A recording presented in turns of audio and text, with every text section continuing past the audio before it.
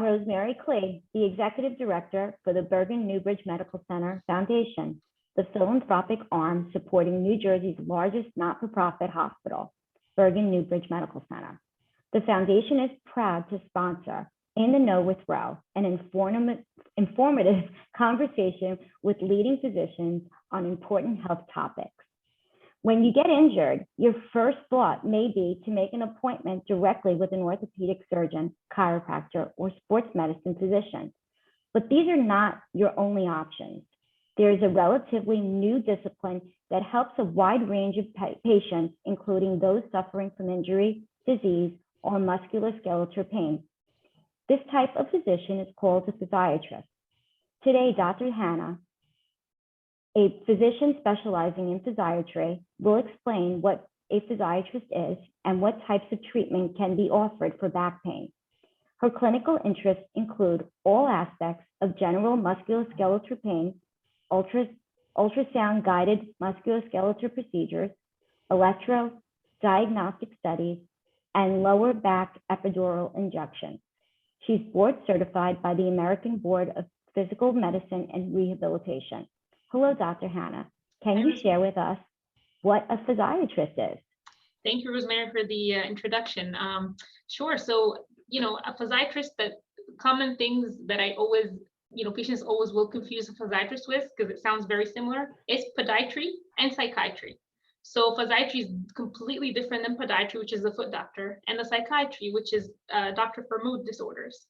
A physiatrist is basically a medically trained doctor, just like all the other disciplines, but does get a specific training in the musculoskeletal conditions, including all kinds of pain conditions in all different body regions.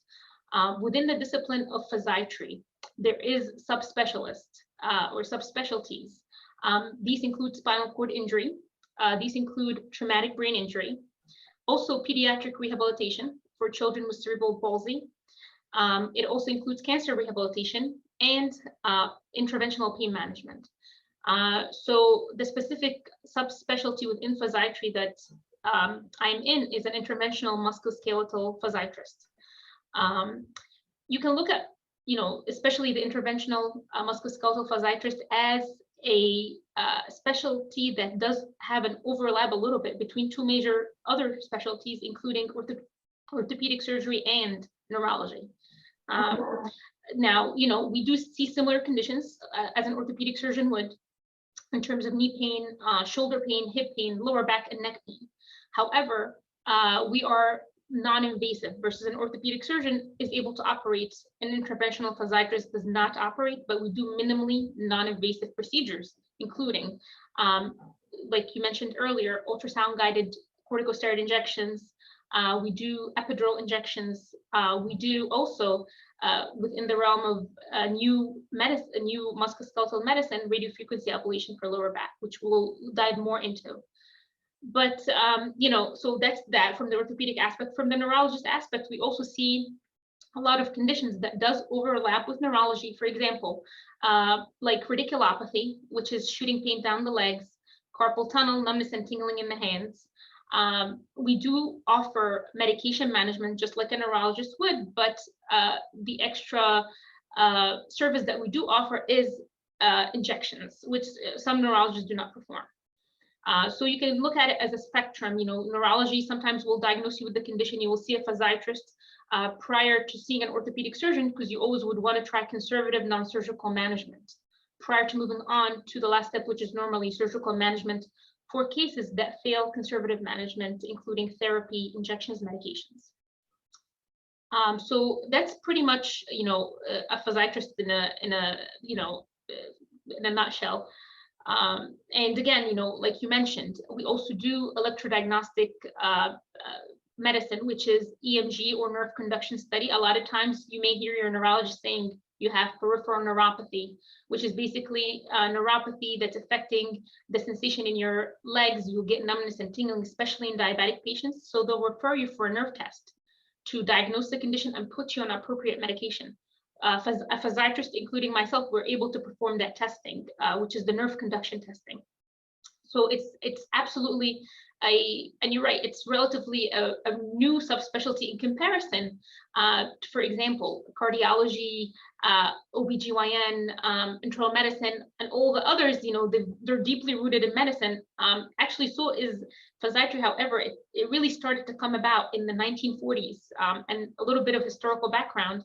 It was as we had, veterans coming back from World War II that were injured. And, they had musculoskeletal conditions, meaning, they may have a knee injury, hip injury. They would either undergo surgery for it or even amputation. And a lot of them did suffer, injuries that may have rendered them paraplegics. So, an orthopedic surgeon can, take care of their surgical management, but they needed a doctor that will follow them up in terms of rehabilitation services that they can offer to them. For example, a big thing that we do in physiatry is we do prescribe physical therapy. So we do work hand in hand with physical and occupational therapists, which is a service that we offer here in our hospital. The difference between, a physiatrist and a physical therapist, we are all part of one team. However, normally the physiatrist, we view ourselves as a facilitator, meaning we do refer patients to physical therapy. We normally are the ones that write the prescription. Whether it's therapy for back pain, hip pain, shoulder pain, knee pain, and we also write the indication for the therapy. We also come up with a prescription plan, meaning exactly what I would like the therapist to do with the patient, which muscles I'd like the therapist to strengthen and condition. So that's also part of physiatry, is we do work with physical therapists. And again, the difference is a physiatrist is a medical physician and a physical therapist is doctor of physical therapy. So they're different, but they are under the guidance of a physiatrist normally, in terms of the treatment plan, in terms of the therapy. That's pretty much a physiatrist. So you can look at a physiatrist. One thing that you can remember from this lecture is our biggest goal is to restore function and improve quality of life. That's what we look at. We're very involved in patient care because we tend to also see our patients on yearly basis. If the pain returns, we want to try to improve. For example, patients with lower back pain, a lot of times pain in general would disable patients from performing their duties, especially if they're doing a lot of manual work. So you try to restore them to a level, to pre-level, pre-pain level, in order for them to carry on their life. So it's quality of life is number one for us. So let's talk a little bit about back pain, since you mentioned back pain. What causes lower back pain? Okay, so lower back pain is very common. In fact, the lifetime prevalence in general, in the general population, 60 to 80% of the general population will experience lower back pain at one point in their life. So many causes or etiologies could vary, okay? Back pain in general tends to be, we call it multifactorial, but it's, you would think it's like something serious, but it has a lot of components that could contribute to the pain. Age, age, as we do increase in, get older, we do develop arthritic changes in our spine. It's actually a normal part of aging, but pain is not. Also, the type of work that we do. If a patient does a lot of manual work, carrying heavy lifting, even sitting for a prolonged period of time, that also tends to put a lot more pressure on the disc. So the quality of the work and the type of work we do, that's the second one. Genetics, believe it or not. Some patients are more predisposed to getting back pain than other, patients or, other colleagues of theirs in their age group based on genetics. Some patients will tell you, listen, my mom and my grandma had they had a history of lower back pain, at such a young age, and I'm experiencing the same thing. So we know there's an underlying genetic component. We just don't know the actual mechanism as of yet. Also, sedentary lifestyle, so the lifestyle that you carry. If inactivity for a prolonged period of time, also weight gain tends to cause back pain. Also, smoking does have an impact on lower back pain, because smoking does affect the neurotransmitters in the brain, how we perceive pain. And it actually tends to make you more susceptible to perceiving pain at lower levels than your other counterparts. So we say it's multifactorial in general. Another thing I want to add is, and we mentioned this earlier, as we age, as our population is aging, and as we age in general, roughly, all of us, if you were to do an X-ray on the general, person. So let's say you have, 50 people walking in the street. If you were to X-ray or even MRI the lower back, you will find arthritic changes. Arthritic changes is, a little bit of arthritis, maybe a disc bulge. And these are normal findings. As we age and actually as we even become more active, your body does what we call wear and tear. Okay. But a lot of people will have findings on their X-rays or MRI, but they have no pain. So we treat the patients. I want to tell, our audience is, even if you, don't have lower back pain, but let's say they did CAT scan of your kidneys, for example, and then they found, because the CAT scan of the kidneys could reveal a little bit of the lower back, and they found a little bit of arthritis in the lower back. Meanwhile, you have no back pain, not to be concerned, okay? Because our diagnostic imaging right now are so precise that they pick up everything. Right. But it doesn't mean that you should be in pain because you have arthritic changes. So. Okay. So when you get lower back pain, right, your recommendation, early intervention, should somebody come to you as soon as they feel, that there's pain in their back? I mean, is that better to come to a physiatrist? Yeah, I think it's all yes. My answer would be yes. A lot of patients that we see, especially in the younger population, they may experience acute sudden onset pain, which you might feel a little bit of achiness, and then that achiness could get a little bit worse over few days, and then you end up in, I would say, if your pain lasts probably a week where it's constant throbbing, achy, it's good to see a physiatrist early on, because we want to control that acute onset of pain. We don't want acute pain to turn into chronic pain.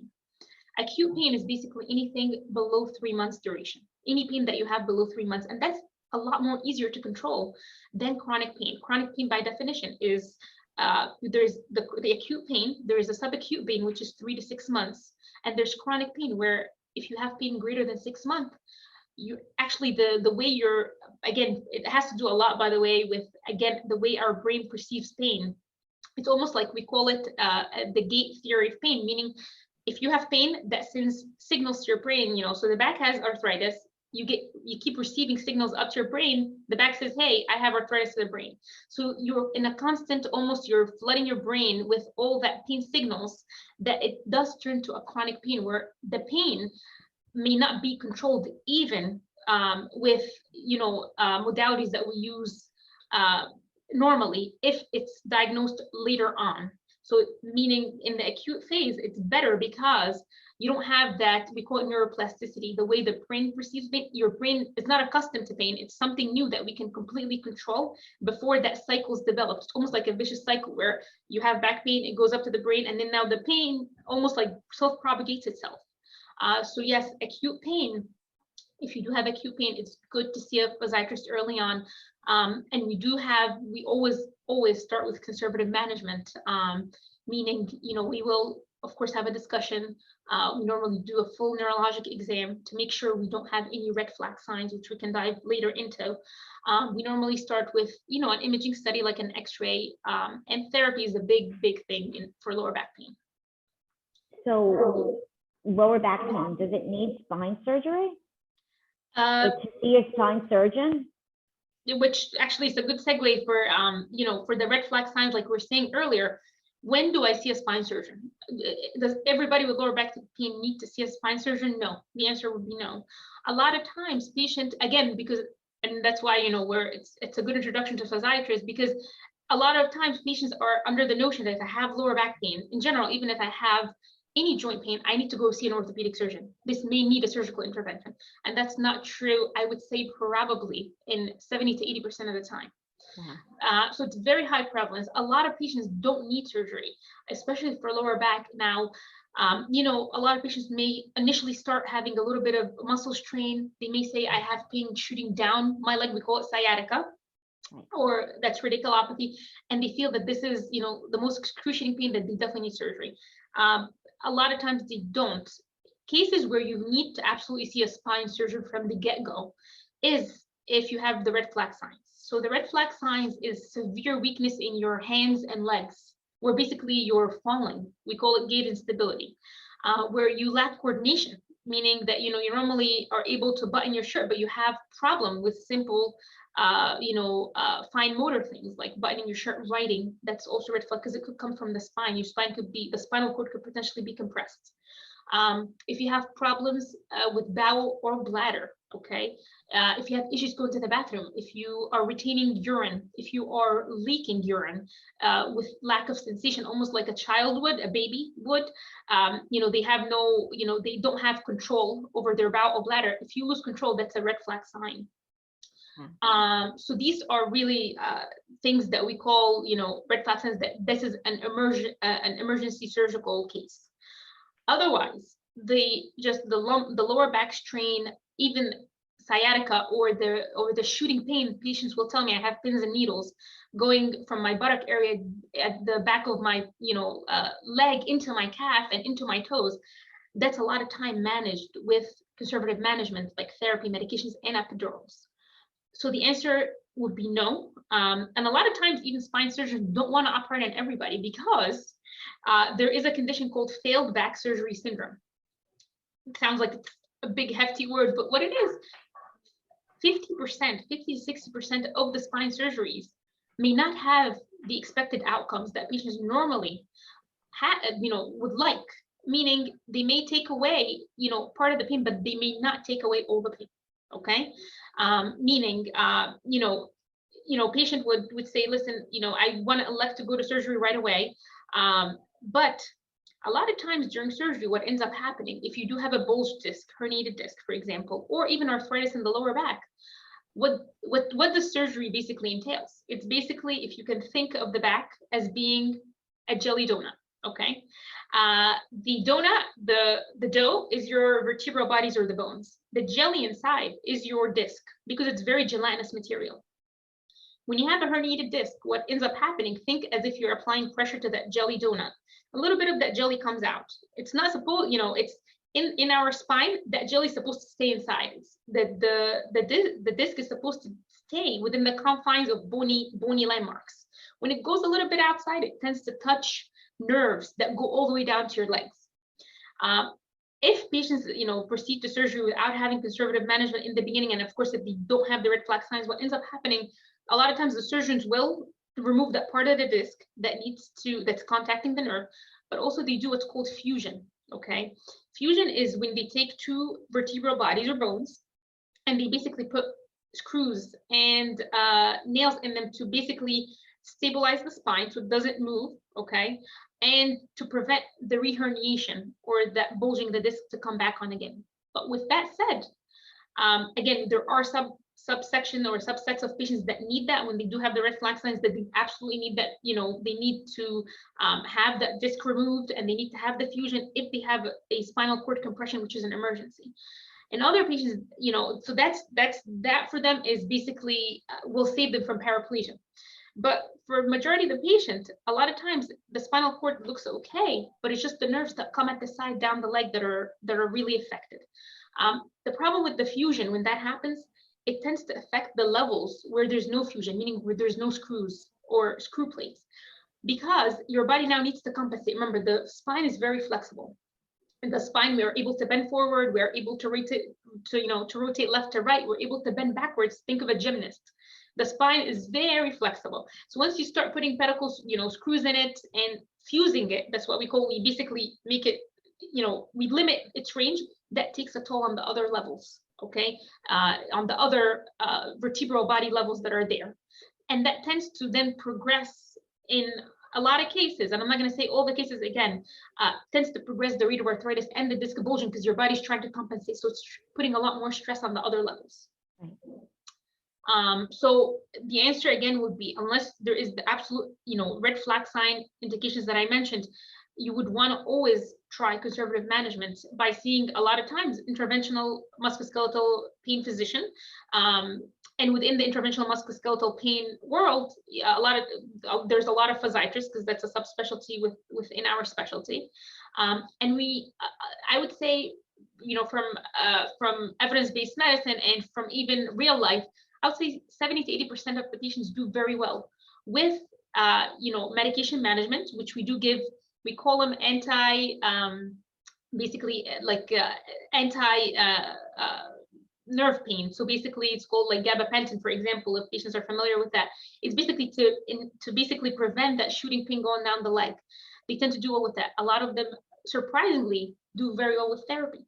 Now, these are the patients that can tolerate therapy. A lot of times, patients could be in a lot of pain that they say, "Listen, doc, I can't go to therapy. I'm just too much pain. Therapy, they'll bend me, they'll do exercises." In that case, we proceed to epidural injections. And epidurals are different than epidurals that women tend to get during childbirth. These epidurals are actually not normally, they're done specifically where you have the nerve pain going down the leg. Patients are able to move and walk right after the procedure, no issues at all. It's a very simple procedure. Maximum, it takes about 15 to 20 minutes.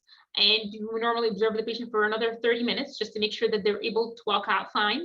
And that tends to have a big progress in patients' life. And a lot of times, once we have that pain controlled, we put them into physical therapy, because ultimately you would want to strengthen their core muscles and their legs to take off pressure from the back. So I would say, and of course, prior to doing any of these, we always get MRI and X-rays of the lower back to make sure we're not dealing with any serious conditions that could, potentially be life-threatening. We mentioned earlier, arthritis causes back pain, disc herniations causes back pain, but so also are infectious processes or even metastases like cancer. Some cancers do invade the spine. So before we even put any, plan any procedure, we always would get an MRI, because that's the best diagnostic study in looking at the back. So are there any risks in doing this type of, treatment? So, physical therapy, that's, normally we do have, again, a therapy prescription that we give to the therapist, seeing exactly what kind of exercises that patient is able to tolerate. The precautions that we normally take, of course, full precautions, because a lot of the patients are, in pain. First of all, if you're in severe to moderate pain, I wouldn't be sending you to therapy. I would first have to control your pain. So a lot of my patients that tend to go to therapy are in mild pain, so that they're able to participate. Also, we do have patients that are osteoporotic, meaning they have osteoporosis. What are the risks of therapy with osteoporosis?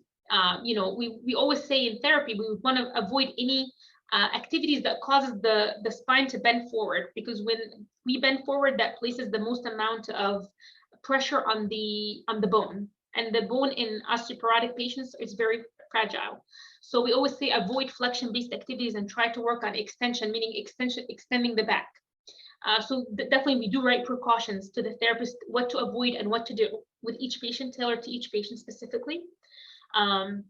Medications, we always, will tell our patients, if we do give neuropathic, we call it basically anti-nerve pain medications. There is side effects of them causing a little bit of drowsiness. So we always start the patients on a very low dose, and we escalate it up if need be. And of course, our patients are always in direct contact with us. If they do have any issues or any concerns, they reach out to us, but we always give the patients heads up of, when to stop those medications and when they should stop it and what they should feel if they can't tolerate it. Lastly, for the epidurals, we always say anytime, even as simple as a flu shot, anytime you put a needle in anybody's body, there's always a risk of bleeding and infection, but more so, in the spine. So we are very careful before we do any spine procedure. We first, like we said, we always get an X-ray and an MRI to know exactly what we're dealing with. An MRI helps us to plan exactly where we want to put our needle without risking injuring the nerve or injuring the spinal cord. That's our utmost importance. If there's, and of course, in a well-trained hand, we always look at the level of where we want to go. There's multiple levels in the back, and you always want to do the safest approach so that when you go into the procedure room, there's no surprises. Right. So we do them under sterile in our hospital, and in most other places we do it in the OR, in the operating room, not because it's a surgery, but because we do it under strict sterile techniques, meaning everything in the room is sterilized. We normally prep the area as would a surgical prep would be. So we make sure that we really use a very strong antiseptic. We use also, some of you may be familiar, we use a big X-ray machine. We call it the C-arm of the fluoroscopy, to see, to actually have a, it's almost like, it's a big X-ray machine to see exactly where we're going. It does not show us the nerves, and that's why we get the MRI, but it does show us landmarks that we go by. And also, our patients it's normally done under local anesthesia so that the patient is awake, very comfortable. We do give local anesthetic. And the patient, the most important thing in those procedures is to have the patient conversant, to be able to talk to you. Because we always say, Mr. So-and-so, right now we're taking a picture, because we do take a lot of pictures to make sure that our needle is in the right position. It takes precision. We always say, how are you feeling? So, it makes a good communication between the doctor and the physician, and it leads to successful injection. Because if there's anything that's alarming, the patient can't alert you. But if the epidural is done in good trained hands, there's hardly any complications, if any. But we always say, the infection, the bleeding also, especially in patients that have history of heart problems, like those that have AFib or those that had stents placed in their heart. A lot of them are on anticoagulation or blood thinners. We always, before we do those procedures with those subset of patients, we always contact the cardiologist to make sure that it's appropriate for us to stop the blood thinners for a short duration of time, for us to safely do those procedures if need be. So everything is very well coordinated, and as long as we're all on the same page, we always call it shared decision making between us and the other subspecialties that take care of the patient. This is great. This is great. I want to thank you, Dr. Hanna, and everyone that's tuned in. And if you'd like to make an appointment with Dr. Hanna, you can reach us at 201-225-7130 and make an appointment with Central Scheduling. You could also find some more information about the services at the medical center. And to learn how to support the foundation, please visit newbridgehealth.org. And thank you again, Dr. Hanna. This was really informative and definitely a great alternative to seeing a spine surgeon. Thank you, Rosemary. Thank you. Thank you, everyone. Have a great day. Bye-bye. You too. Bye-bye.